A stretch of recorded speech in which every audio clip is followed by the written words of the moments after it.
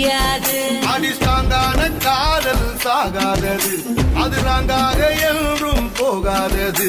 நாம் கூத்தாடவும் கை கோத்தாடவும் மனம் காத்தாடி போலாடுதே.